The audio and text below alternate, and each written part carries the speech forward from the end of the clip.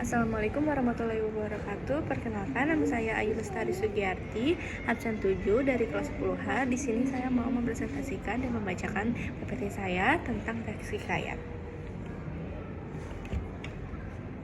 Pertama-tama ada pengertian.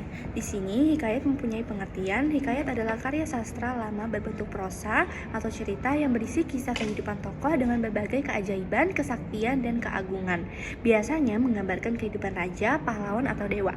Tujuannya untuk menghibur sekaligus memberi teladan moral. Lalu juga mempunyai ciri-ciri, yaitu menggunakan bahasa Melayu klasik, tokohnya sering keluar, biasa atau sakti, ceritanya bersifat fiktif dan penuh keajaiban, lalu mengandung nilai moral, agama, dan kepahlawanan, lalu berlatar waktu masa lampau dan tempatnya itu biasanya kerajaan. Lalu mempunyai struktur, yang pertama itu abstrak, yaitu ringkasan awal cerita yang kadang itu tidak ada. Lalu kemudian ada orientasi, yaitu pengenalan tokoh, waktu, dan tempat. Kemudian ada komplikasi, munculnya masalah atau konflik. Lalu ada klimaks, itu adalah puncak dari permasalahan dari cerita tersebut. Lalu ada resolusi, yang itu penyelesaian masalah. Lalu ada yang terakhir itu ada koda, yaitu amanat atau pesan moral di akhir cerita. Lalu ada unsur intrinsik, itu ada tema, itu gagasan utama cerita. Contohnya seperti kesetiaan atau keberanian. Lalu ada tokoh dan penokohan. Pemeran dan sifatnya itu biasanya baik. Itu pemeran dan sifatnya biasanya baik atau jahat atau bijak. Lalu ada alur atau plot yang jalannya cerita biasanya maju. Lalu ada latar, yaitu waktu, tempat, dan suasana. Lalu ada amanat, yaitu pesan moral yang ingin disampaikan. Lalu ada sudut pandang, yaitu siapa yang menceritakan kisah. Umumnya itu orang ketiga.